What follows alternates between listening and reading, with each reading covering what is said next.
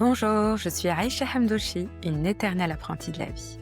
Mon intention est de partager avec vous mon propre chemin de développement personnel pour vous inspirer, vous éclairer et permettre à chacun de retrouver sa vérité intérieure. Comme vous, j'ai traversé des épreuves, des échecs, des remises en question. J'avais soif de clarté, de repères. Puis j'ai compris que la véritable force naît de l'acceptation de notre vulnérabilité et que toutes les réponses se trouvent déjà en nous. C'est alors que ma quête de sens a commencé. Sur ma route, j'ai rencontré des guides, des voix, des éclats d'humanité, mes éclaireurs. Ils n'ont pas tracé mon chemin à ma place, mais ils ont rallumé une étincelle, éveillé une force intérieure qui m'a permis de poser un pas après l'autre. J'ai découvert que la qualité de nos vies dépend des questions qu'on se pose et des relations qu'on cultive. Chaque rencontre peut devenir une clé, chaque lien un repère, chaque échange une prise de conscience. Et un jour, vient le moment où l'on devient soi-même éclaireur pour quelqu'un d'autre. C'est un cercle, une transmission, une humanité retrouvée. C'est dans cet esprit qu'est né Les Éclaireurs, un podcast profondément humain et authentique où chacun peut se reconnaître et se reconnecter. Dans la philosophie japonaise, il existe la figure du senpai, celui qui a fait quelques pas avant vous et marche à vos côtés pour partager son expérience. C'est avec cette intention que je me tiens ici, ni savante, ni experte, mais compagne de route. Nous avançons ensemble et nous grandissons ensemble. Dans certains épisodes, j'accueillerai des voix inspirantes, des femmes et des hommes qui ont traversé des tempêtes, surmonté des défis, trouvé leur lumière. Ces conversations sont là pour nous éclairer, nous rappeler qu'il est toujours possible de se relever, de se réinventer, de se reconstruire. Et puis, il y aura aussi des épisodes plus intimes, en solo, des moments où je partagerai avec vous mes réflexions, mes apprentissages, les lectures et les formations qui m'ont guidée sur mon propre chemin de vie. Ce podcast s'adresse à celles et ceux qui cherchent des repères, un souffle d'espoir ou simplement la confirmation que leur chemin est unique et précieux. Mais surtout, j'aimerais que Les Éclaireurs soit un espace vivant et participatif, un lieu où vos retours, vos questions et vos suggestions enrichissent notre voyage. Ensemble, nous avancerons pas à pas, portés par les histoires, les mots et les voix qui éclairent le monde. Bienvenue dans Les Éclaireurs, un espace de lien et de transmission où chaque voix nous rappelle que nous sommes des êtres spirituels vivant une expérience humaine et que nous avons tous la capacité d'être la lumière sur le chemin de quelqu'un d'autre.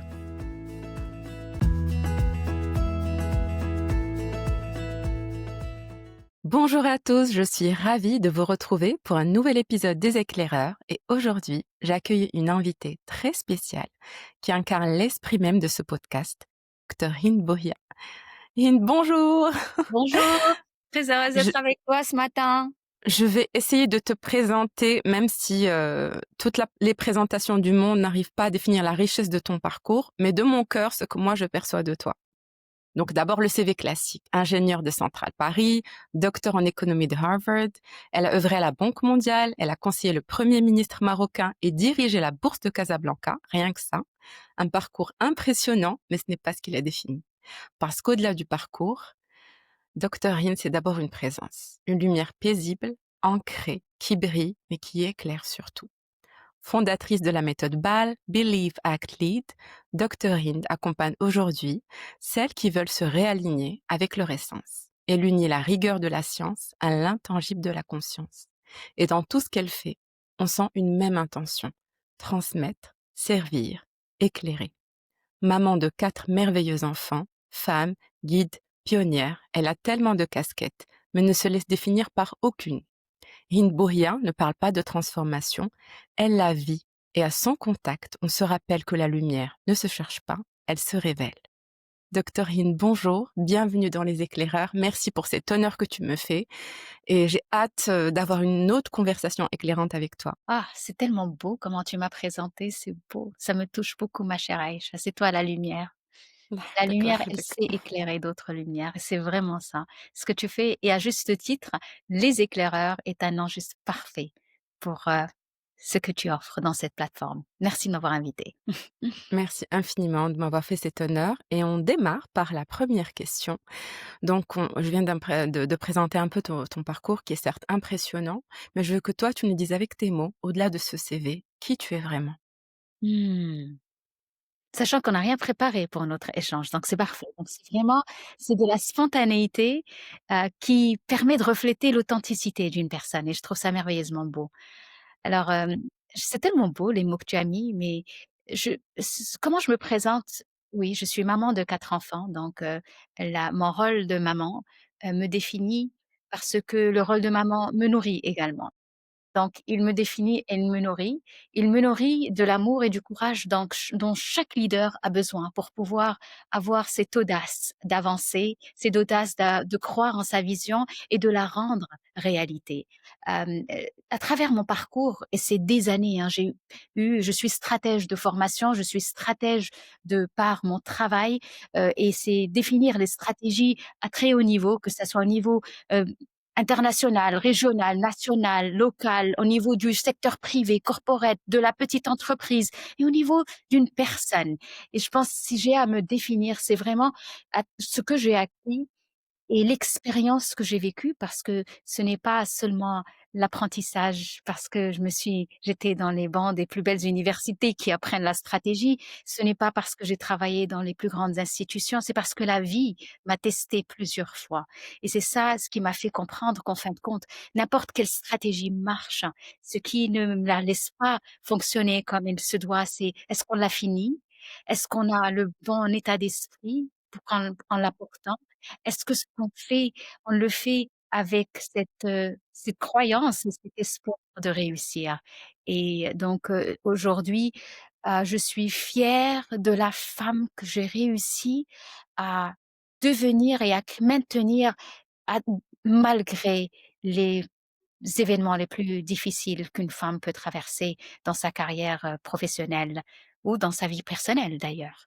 Et donc c'est beaucoup de résilience, beaucoup d'amour que j'ai maintenu, que j'ai gardé. Je n'ai jamais laissé quoi que ce soit tacher cette partie pure en moi et ça a demandé beaucoup de travail et c'est un peu ça que j'ai envie de projeter et de laisser s'étaler à travers le monde. C'est que, mesdames, soyez les leaders dans votre, expertise, dans votre domaine, mais gardez la pureté de l'amour avec laquelle on est, au fait, depuis le début. Quel magnifique parcours, je suis sûre qu'il va inspirer plus d'une et plus d'un. Alors justement, à quel moment de ta vie tu as senti vraiment ce pivot et que tu as compris que la vraie réussite, c'est pas toutes les cases qu'on coche et qu'elle n'est surtout pas à l'extérieur, mais plutôt à l'intérieur? Ça, c'est la question la plus difficile, mais c'est la question la plus, spot on, c'est-à-dire vraiment qu'il fallait absolument avoir parce que, je crois que, le moment le plus dur, c'est un moment où je me suis retrouvée dans le vortex du fin fond dans ma vie professionnelle et à ce moment-là où j'avais tout perdu. Quand je dis tout, c'est vraiment pas seulement en termes financiers, mais en termes réputation, en termes travail, en termes tout ce qui maintenait comme, circonstance qui me renforçait ma présence et ma raison d'être, comme je l'avais définie à l'époque. Et que, dans ce fin fond de moi-même, j'ai pris une décision qui était dont je dis bravo à la femme que j'étais parce que il faut pouvoir le faire quand on quand on n'est plus quand on n'a plus ces circonstances et quand on est vraiment affaibli, quand on est dans un espace de vulnérabilité qui nous engloutit souvent, nous les femmes, et on pense que tout s'est arrêté. Et c'est à ce moment-là où on se dit: «Mais il y a encore le miracle de la vie, on est encore là». C'est là où soit on se renforce avec la foi et donc on arrive à renaître. Soit on trouve une raison. Moi, la mienne, c'était mes enfants. J'ai un garçon et 3 filles et que, en regardant mes 3 filles, je me suis dit: «Elles n'ont que moi comme exemple» et moi, quand j'étais jeune et j'avais leur âge, on n'avait pas encore des modèles de femmes vraiment accomplies qui ont atteint des choses tellement merveilleuses qu'on se dit: «Moi, un jour, je veux être comme elles». C'est plus des hommes et quelques-unes. Il y en avait, c'est pas qu'il y en avait pas, c'est juste qu'elles sont vraiment très rares, très loin. Il y avait pas ce monde digital donc il fallait vraiment chercher à Paris Match pour voir une photo de quelqu'un. Mmh. Il fallait chercher quelque chose, il fallait un film pour essayer de s'identifier à un personnage et croire que c'est du vrai, quoi. Et donc c'est la chose, tout a changé, mais je reste leur référence. Je ne pouvais pas leur faire ça et laisser leur référence être complètement détruite et brisée. Donc il a fallu, avec tout ce que je pouvais encore avoir, c'est-à-dire vraiment une nuance de lumière à peine qui rentrait jusqu'à, parce que ma petite qui avait à peine 2 ans et demi, 3 ans, me disait: «Je t'aime maman», et ce «je t'aime maman» était cette lumière que je laissais grandir et me nourrir tous les jours, et c'est ce qui m'a permis de renaître. Et je pense qu'il y a, heu un moment avant et un moment après, et la plus belle découverte de cette renaissance, c'est que ce n'est pas les circonstances qui nous définissent, ce n'est pas le nom de l'université, ni le diplôme, ni ton réseau, ni qui tu connais, ni d'où est-ce que tu viens, ni rien de tout ça. Ce qui nous définit, c'est notre habilité à reconnaître qu'à l'intérieur de nous, il y a une force et une lumière, que si on arrivait à réellement à l'allumer, l'apprécier, la l'amplifier, il nous connecte avec une intelligence infinie qui dépassera tout ce qui peut être, que la société a bien pu définir comme étant la réussite, quoi. Mmh.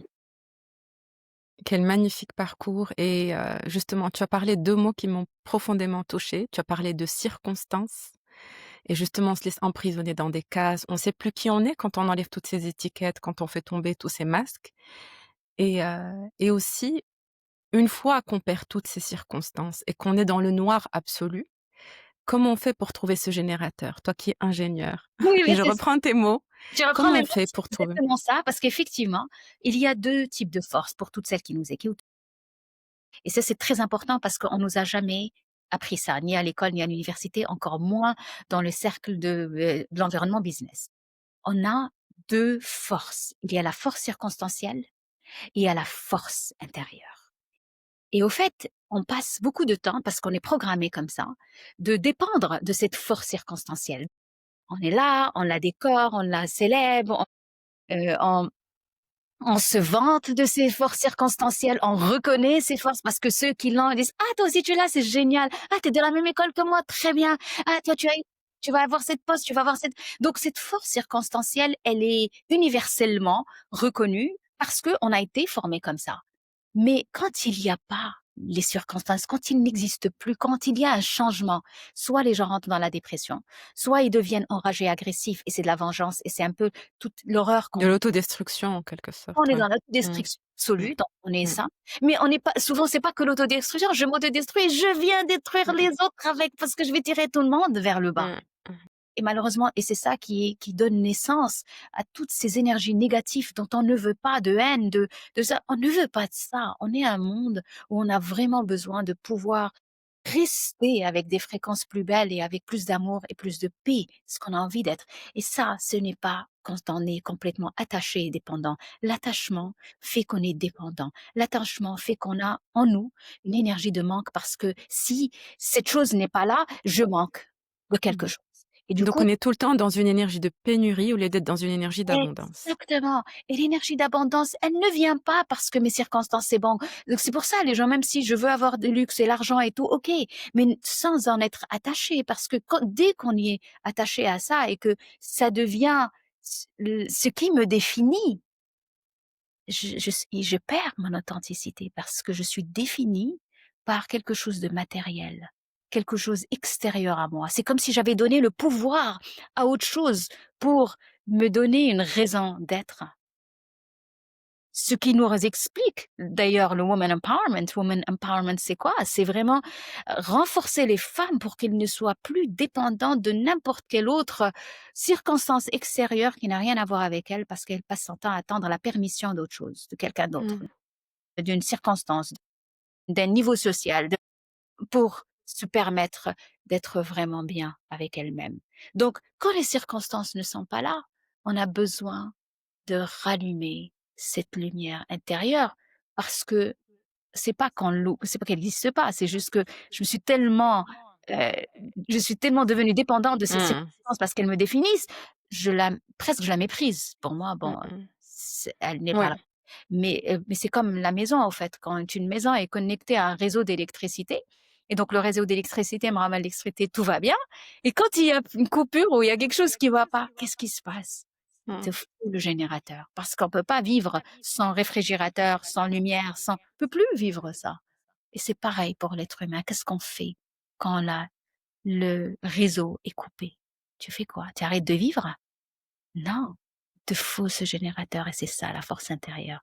Et quand on a appris à rallumer cette force intérieure, c'est là où on devient invincible.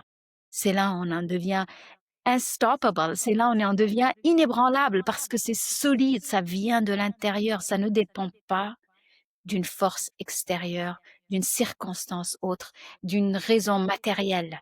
C'est moi, mon intérieur, Mmh. qui me Ma maintient. ma divinité, ce qui reste de plus pur et de plus Divinité. mmh, Exactement.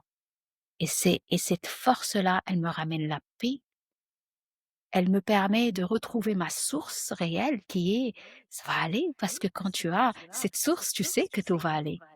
mmh. You're okay, quel que soit, ça va, tout va bien, tout va aller.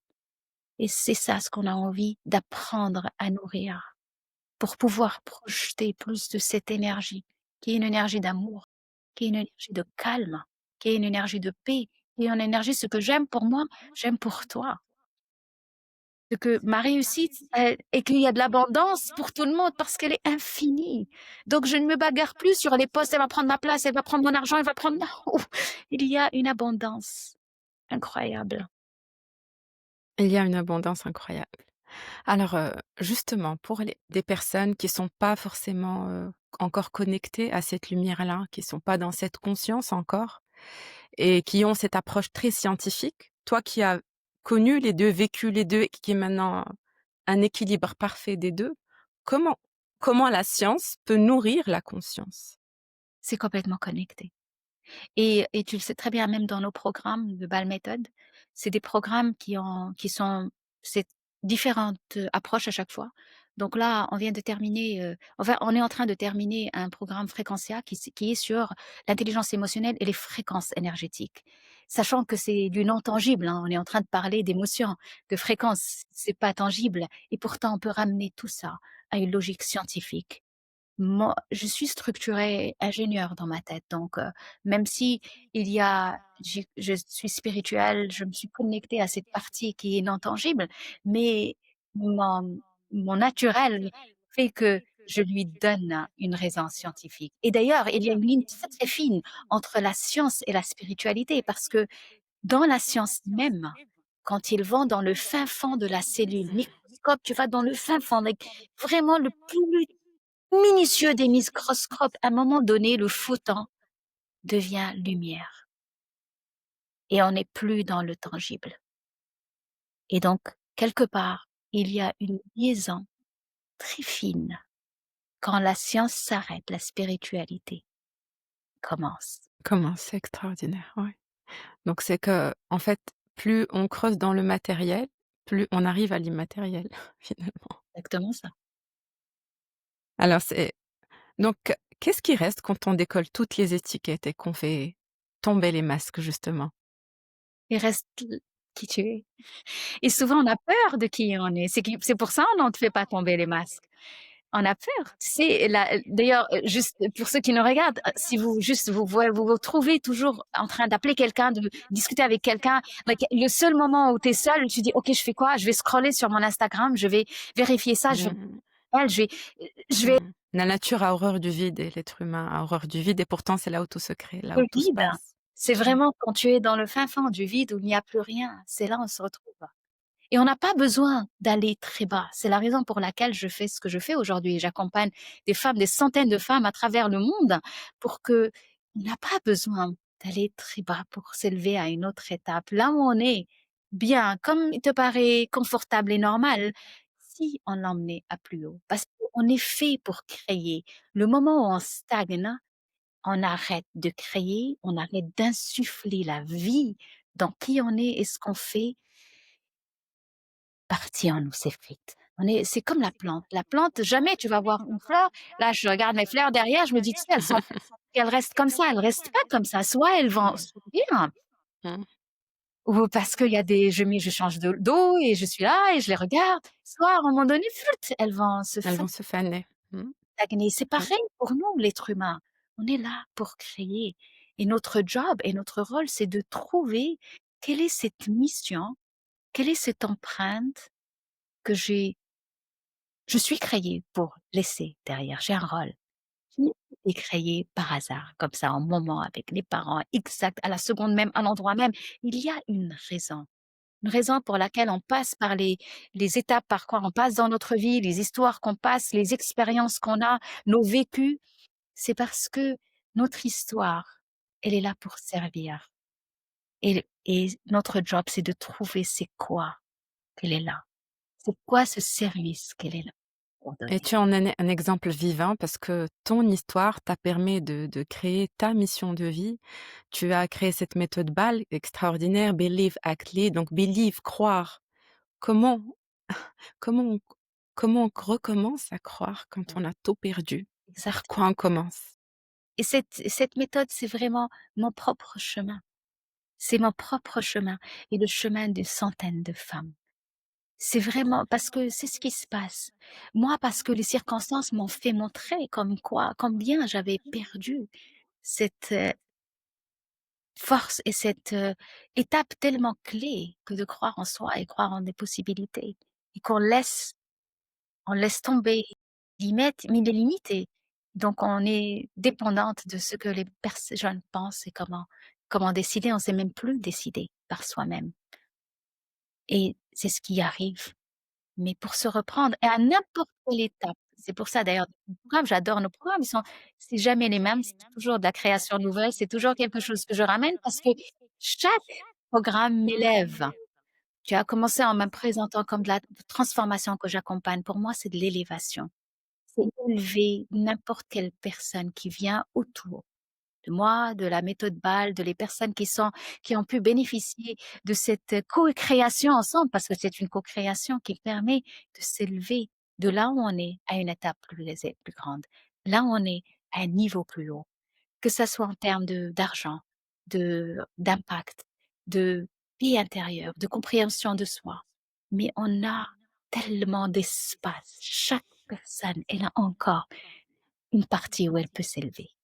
Moi, je suis un guide pour ça. C'est pas que je comprends, je connais tout, mais mon vécu me permet de pouvoir activer la même ascension énergétique chez l'autre. C'est ça, comment j'ai pu le packager, Mmh. méthode BAL, qui est extraordinaire, qui m'a ramené beaucoup de belles choses d'ailleurs, moi-même dans ma propre vie. Alors toi qui es un guide, qui es un éclaireur, si tu devais, maintenant avec le fruit de ce vécu-là, revenir et t'adresser à la Hind. Hind petite fille ou bien la Hind ado ou quels soient les moments de ta vie où tu avais besoin d'un guide et d'un éclaireur, qu'est-ce que Mmh. tu lui dirais? Si j'avais à revenir, je sais qu'il y avait un moment où, j'avais besoin de savoir décider et ne pas regretter. C'était quand j'étais à la Banque mondiale à Washington et que j'avais beaucoup de pression de mes parents pour revenir, pour me marier, parce que c'est comment c'est dans nos cultures. Quand tu dépasses 30 ans, 31, 32 ans, c'est like: Mmh. «Oh, La date de péremption. c'est la mamie!» Aimer, pouvoir prendre mes décisions et les own vraiment sans porter beaucoup de Mmh. regrets que j'ai gardé longtemps en moi. C'est qu'en travaillant avec la méthode BAL, avec les 12 codes du leadership de soi, que je me suis complètement défaite de ces regrets. D'ailleurs, une anecdote, c'est qu'après avoir, ça fait que 2 ans que j'ai pu revenir et emmener mes enfants là où je vivais, là où je travaillais parce que avant, c'était trop douloureux. Je me disais: «Est-ce que j'avais pris la bonne décision? Est-ce que c'était bien? C'était le bon moment? C'était bien fait?» Je suis restée longtemps à porter ces regrets qui sont des énergies négatives qu'on porte en nous et sans s'en rendre compte et que se libérer de ça était tellement libérant. Donc il y avait cette période-là, mais ce que j'aurais pu dire, c'est que: «It's okay, tout va aller». C'est pas la peine de porter autant de questionnements.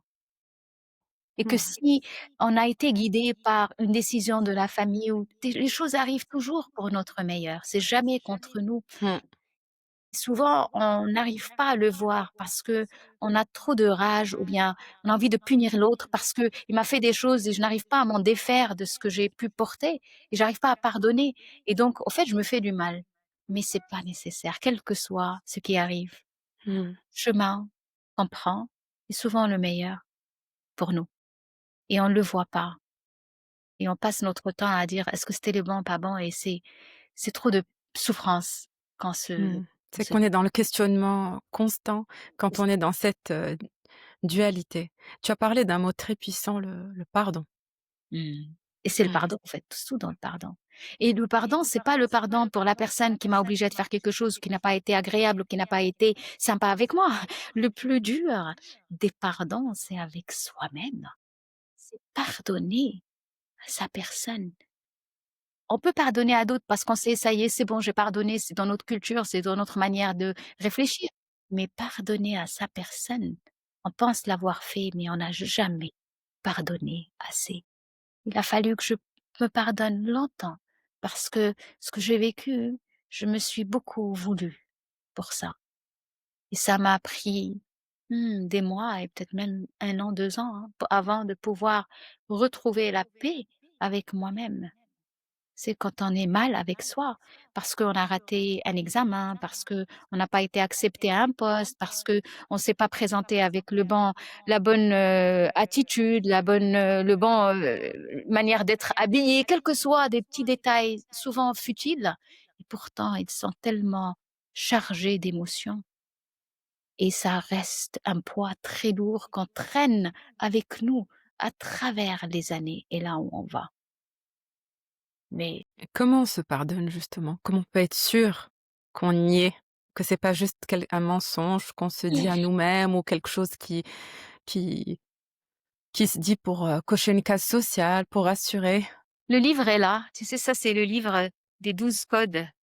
Oui, les 12 codes de l'excellence. Oui, alors Doctorine, pour, ceux qui ne le savent pas, est aussi auteure. Elle a écrit 4 livres extraordinaires. Je vais mettre bien sûr, les informations en Ils sont tous sur commentaire, Amazon. de cette vidéo. Ils sont tous sur Amazon. Oui, donc les 12 codes de l'excellence, Je sais ouais. qu'est-ce que j'ai autour de moi? Je suis en train de voir. J'ai celui-là et en français, hein, donc je suis, croire, agir. Mmh. Voilà, ça, c'est le Mmh. livre de la méthode. En fait, Ouais, c'est en anglais. Believe, oui. Happy, c'est Valérie Aclic, ah ouais. un Ouais. best-seller sur Amazon et qui a été traduit en anglais Mmh. cette année, sorti Croire, agir, Ouais. mener. Félicitations pour, en fait, les livres, je trouve qu'eux-mêmes, ce sont des guides. On n'a pas tous la possibilité ou peut-être la conscience pour aller se faire accompagner, se faire coacher, aller en thérapie. Mais un livre, c'est à la portée de tout le monde Oui. et ça peut faire commencer à semer cette graine de conscience. Absolument et d'ailleurs, tu sais, après chaque chapitre, je donne des activités à faire et donc au fait, c'est une auto tu sais, dans chacune de nous, à l'intérieur, il y a un mentor. C'est et un leader, c'est celui qui a la capacité de se mentorer lui-même. Tu deviens coach de ta personne. Tu te dis: «OK, là, écoute, je suis en train de dévier de la direction que j'ai envie de prendre. Qu'est-ce que j'ai besoin de faire?» Tu t'assieds avec toi-même. Ta question sur le pardon, la question sur le pardon, c'est et ça, c'est le code numéro 2 ici, donc il y a la gratitude comme premier code. C'est vraiment se remplir de gratitude et je vais y revenir. Mais juste pour répondre au code du pardon, c'est de pouvoir prendre le temps avec soi et de créer une connexion nouvelle, renouvelée avec soi. Peut-être ceux qui m'écoutent le font déjà parce que aujourd'hui on a compris la force et l'importance du développement personnel, mais c'est trop bien de renouveler. Ça, là, je suis bien. Non, c'est comme une douche. On prend une douche une fois dans l'année, on se dit: «C'est bon, on va le prendre tous les jours». C'est la Ouais. même La chose. répétition crée l'ancrage. Il C'est fait la même chose. c'est de la discipline. On fait pas des choses comme ça: «Oui, je décide de pardonner, je vais le dire comme ça, je vais écrire un mantra et Oui, c'est fini». c'est On le fait jusqu'à qu'on sent qu'on en a plus besoin et qu'on s'en libère. et c'est vraiment s'asseoir avec soi et écrire et découvrir quelles sont les parties intérieures que j'ai besoin de laisser partir et de pardonner. Et vous allez être surprise que vous êtes en train de réfléchir encore à ce petit instant à l'école où tu avais à peine 7 ans et quelqu'un t'a pris ta gomme et elle t'énerve encore. Ou bien tu étais à l'ascenseur, des choses aussi basiques que et puis elle ferme la porte, dit: «Ah pardon, j'ai pas pu appuyer sur le bouton». Tu vois? Des choses comme ça, aussi banales et pourtant quand on les charge d'émotions, elles se connectent avec un codage à l'intérieur et ça défis mais ça peut être aussi des choses beaucoup plus grandes et l'exercice de le faire, donc soit vous le faites seul, soit vous le faites accompagné. C'est la raison pour laquelle je fais mes programmes. Des fois, il y a des webinaires qui sont gratuits, ouverts, donc c'est très facile de le faire. Ou bien à l'intérieur de nos programmes, c'est vraiment de pouvoir se défaire de ces lourdeurs émotionnelles. Pour nous, c'est du rien, ça va quoi, c'est pas que ça et pourtant c'est ça qui nous bloque. Ce qui nous bloque, c'est pas ce qui nous arrête de notre réussite et de ta réussite, toi qui m'écoutes, hein, la personne qui nous écoute, c'est notre cerveau, c'est ce qui nous arrête, rien d'autre. Mmh. Et le moment où j'ai compris ça, Mmh. j'ai ouvert Il y a le il y portail. a une citation chère à mon cœur: «Je suis devenue libre quand j'ai appris que ma cage était faite de pensées». C'est Ouais. exactement ça. C'est absolument ça. Ouais, c'est Alors tu m'as parlé de ces merveilleux programmes et je sais que tu es en train de nous concocter un nouveau oui! programme qui s'appelle Posture et que c'est un Posture. acronyme. Donc est-ce que tu peux nous en dire plus, en avant-première, à nos auditeurs? Ah ouais. Alors Posture, pour moi, c'est un des plus beaux programmes qui sont faits pour toutes les femmes qui veulent, devenir des femmes d'influence. Les femmes d'influence, que ça soit dans leur cercle de travail, que ça soit dans leur cercle de famille, que ça soit dans leur famille avec leurs petits-enfants, leur petite famille, mais également dans leur expertise et dans ce qu'ils font. Parce que quand on devient femme d'influence, donc femme leader, leader de temps, donc c'est dans le leadership, c'est vraiment des conversations leader à leader où on attire des femmes leaders, même si celles qui sont: «OK, je vais commencer, je sais pas encore», mais c'est un cercle d'élite où c'est bien de se positionner parce que ça te permet d'avoir, tout ce qu'il faut pour unleash, c'est-à-dire libérer Mmh. Ouais. cette femme. Donc c'est vraiment un programme qui a été créé pour, retrouver la puissance intérieure, la confiance en soi.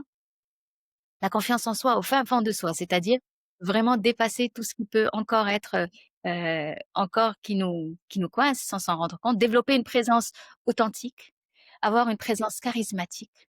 Comment devenir cet aimant? Aimant pour les connexions, pour les opportunités, pour les contrats, pour les clients. Parce que quand on dit leadership et être leader, ce n'est pas parce que je travaille seule que je suis extraordinaire, c'est l'ensemble Mmh. et Mmh mh. Un leader fait grandir, il ne grandit jamais seul. un Mmh. leader, c'est qu'il y a une connexion autour. Un leader, c'est qu'il y a quelque chose qui me porte. Mmh. C'est ça qui fait que je suis leader. Donc et rayonner avec un impact et avec élégance. Nous sommes des femmes, l'énergie féminine et notre puissance intérieure. Des fois, soit on l'utilise un peu trop, du coup, elle nous fait oublier qu'il y a du travail à faire, donc agir. Soit on l'a tellement mis de côté parce on est rentré dans un moule qui nous paraît c'est le moule qu'il faut avoir et c'est ça ce qu'on a envie de manière très naturelle, laisser paraître et laisser nous porter dans notre environnement professionnel, dans l'espace où on est. Et puis ce qui est bien dans ce programme pour celles qui veulent s'inscrire avec nous, on a une journée VIP au Ritz, de Rabat. Donc c'est vraiment l'occasion de rentrer dans cet espace et de se dire: «Tiens, je vais investir en moi pour voir et me donner la chance d'aller vers un niveau plus haut».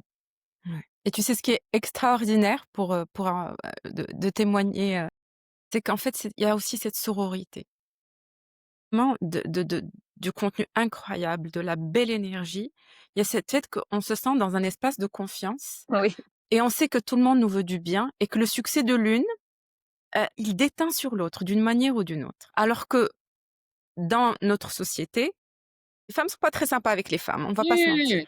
Mmh. Mmh, On va pas ouais. se mentir et toi qui as accompagné des centaines, je pense que que tu as touché à la problématique de près et si on arrive à mettre de côté cette peur, cette jalousie, et se concentrer sur notre essence en tant que femme, mais je pense qu'on pourra sauver le monde, vraiment sauver le monde. Je pense c'est pas pour rien que tu accompagnes que les Alors femmes, on ouais. pourra sauver le monde. Alors, la manière avec laquelle je vais l'articuler, c'est que c'est un espace où on arrive à dépasser ces émotions qui sont humaines, hein, parce que nous les avons tous, ces émotions de jalousie, de rage, de Mmh. mais on veut s'élever par rapport à ces émotions de telle sorte à ce que dans notre vie, on n'attire que des émotions plus élevées et que celles d'en bas, elles ne sont plus un espace que où j'appartiens. Me suis élevée par rapport à cet espace-là. Parce que dans le fin fond de notre fin fond, nous avons ces émotions. Elles sont là. On les a vécues, que ça soit maintenant, que ça soit quand j'avais 2 ans, 3 ans, dans mon enfance.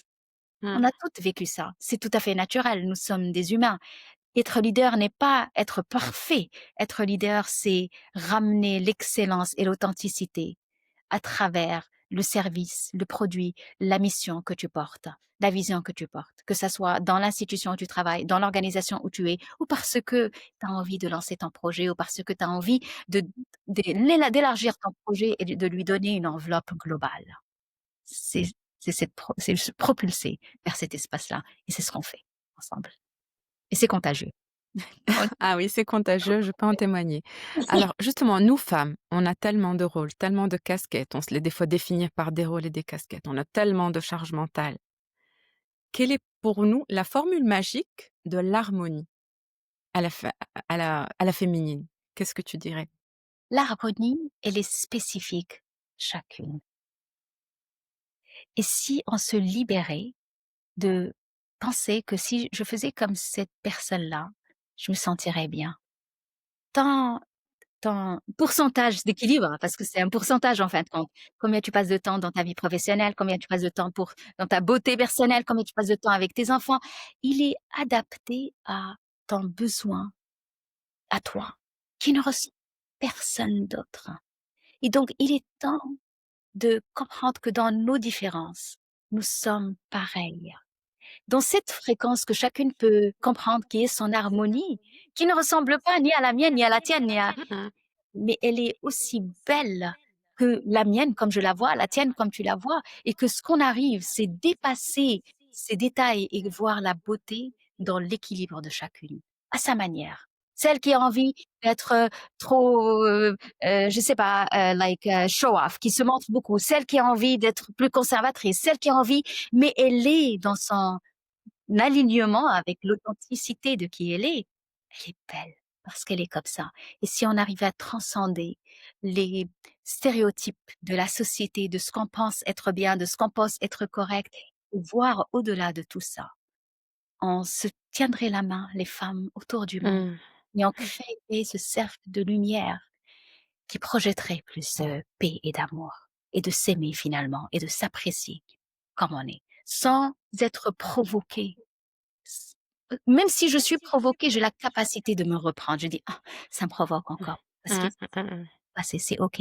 Je ne vais pas piquer l'autre juste parce qu'elle m'a provoquée. Je vais lui donner l'espace et de savoir respecter le fait qu'elle-même, elle a trouvé son harmonie à sa manière». Et magnifique, c'est très touchant et tellement vrai. Alors, maintenant, si tu veux bien, je souhaite parler à la Hind maman. Maman de 4 enfants, c'est pas rien, hein. C'est un sacré boulot, hein, c'est beau, c'est extraordinaire et en même temps, c'est tellement de responsabilités, tellement d'amour. J'imagine qu'il y a des jours avec, il y a des jours sans, c'est pas évident, surtout quand on fait autant de choses. Quel est le plus bel héritage que tu veux laisser à tes enfants? De ton vivant. Quand je dis héritage, je veux pas sonner morbide. C'est quel est pour toi le plus beau cadeau que tu puisses leur faire et le plus beau cadeau qu'une maman puisse faire à ses enfants? Pour moi, c'est de leur donner la le droit de pouvoir se laisser devenir qui elles veulent devenir. C'est quand elles me voient en train de travailler, et des fois elles me disent: «Maman, tu travailles beaucoup». Elles me le disent, je d et je dis: «Oui, parce que si tu veux lancer un programme, un projet nouveau, une entreprise nouvelle, le travail nouveau, il faut mettre le travail. Mais j'aime ce que je fais. Je le fais avec tellement d'amour que est-ce que», donc je leur dis: «Est-ce que vous avez remarqué ça?» Ils me disent: «Ouais». Je dis: «C'est ça le secret». Je dis: «Tu ne veux pas que je travaille, je resterai à faire quoi? À regarder Netflix? Je resterai à regarder ça?» Et donc je leur pose les questions qui permettent de démystifier le stéréotype de ce qu'ils voient autour d'elles. Mais je pense qu'il y a quelque chose qui a permis de transformer ma relation et mon rôle en tant que maman, c'est d'avoir compris que Moi, en tant que maman, ce que je veux, c'est que le moment que mes enfants passent avec moi soit le plus beau moment qu'ils vont se rappeler. Donc, je me comporte avec elles comme des adultes que je respecte. Je ne me comporte pas avec elles d'une manière là et d'une manière quand je suis devant les gens, je suis avec elles.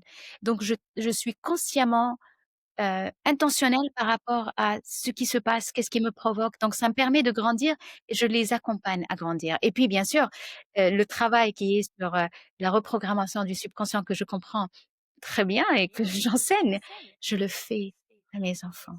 Donc pour moi, Mmh. leur donner des outils en termes de valeurs, en termes d'amour, du service qu'elle offre, pas le travail, je le redéfinis, c'est pas le travail, c'est le servir de l'offre. De Mmh. comprendre que si on va à l'école, c'est parce qu'on apprend et on a tellement de gratitude aux personnes qui sont là pour m'enseigner. Donc il y a cet amour de prendre. Il y a pas: «Oui, Manon, non, non, non, non». Non, merci professeur, parce que tu es là, tu me transmets des choses qui me font grandir. Je leur apprends à aimer sa personne. Mmh. De se voir belle comme elle est, se voir beau comme il est, mon fils, mes filles, et que de les encourager en continu et de leur dire que je les aime, quelles que soient les circonstances, pour créer cet espace de tranquillité, pour que même après, ils ont ce bagage en eux. Mmh. Elles sont prêts, ils ont la force pour pouvoir avancer. Mais le plus beau pour moi, et je dis ça à toutes les mamans, si vous avez un rêve, allez-y, criez-le. Parce que vous donnez la permission à vos enfants d'aller crier leurs rêves également. Passe notre temps à dire et après revenir: «Ah tu sais, moi je me suis sacrifié pour toi, j'ai rien fait pour toi, j'ai rien fait». Et l'enfant, qu'est-ce qu'il répond à la maman qui lui dit ça? «Je t'ai jamais demandé de faire ça». On n'a jamais envie d'être ça. On a envie d'être la maman qui se donne le plus, qui dépasser cette culpabilité. J'ai pas passé beaucoup de temps avec, pas passé, c'est une culpabilité, une énergie très basse.